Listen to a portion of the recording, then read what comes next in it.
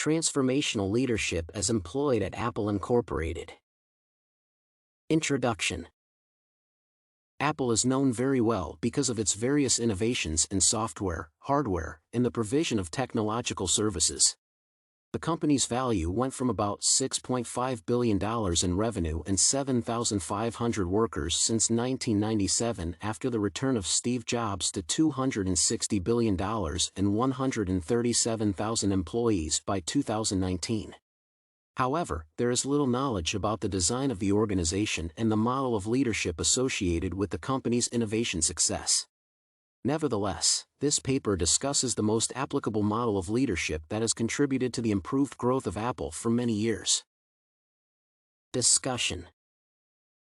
The transformational leadership of the company began when Steve Jobs returned to Apple in 1997. At that time, the company operated under a conventional structure.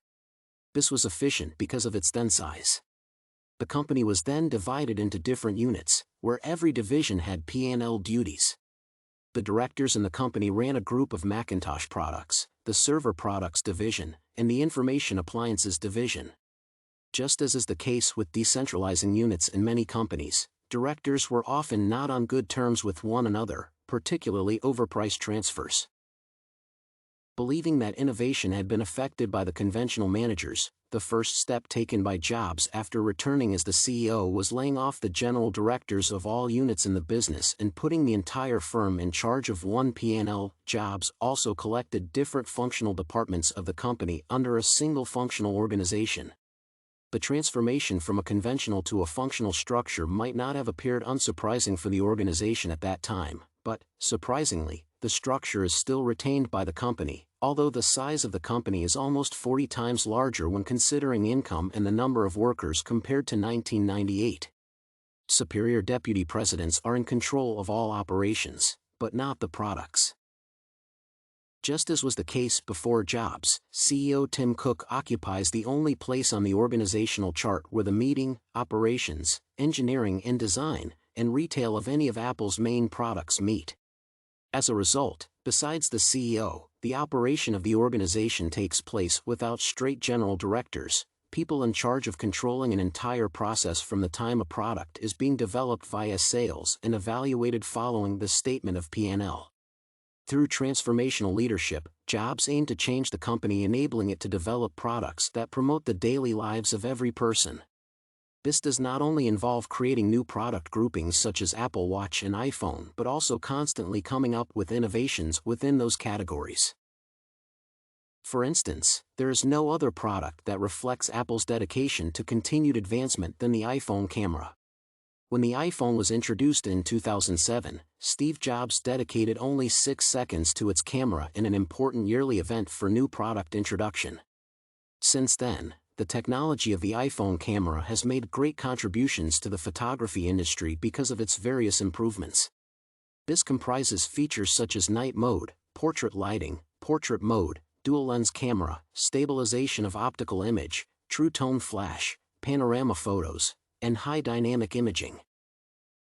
From the time the functional organization was implemented by Steve Jobs, all managers at every level in the company, starting from the senior vice president moving downwards, have been expected to have 3 key leadership qualities.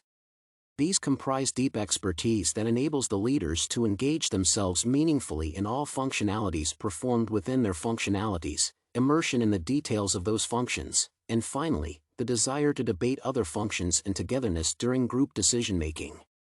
When managers possess all of the above qualities, decision-making happens in a synchronized connection by individuals with the best qualifications.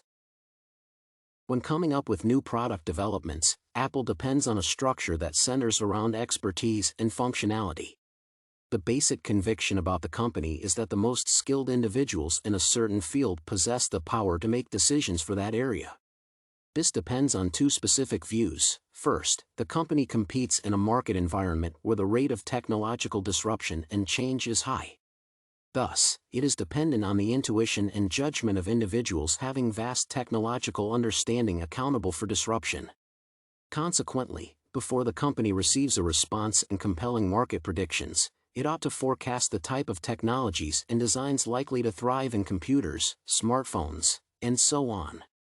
Therefore, depending on the technological experts instead of general managers enhances the probability of those changes being successful.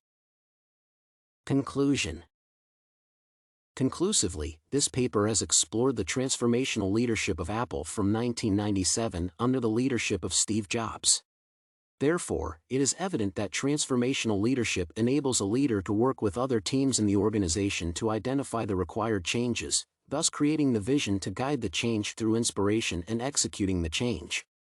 Therefore, the transformation that has occurred at Apple from 1997 until today has inspired employees to attain remarkable outcomes.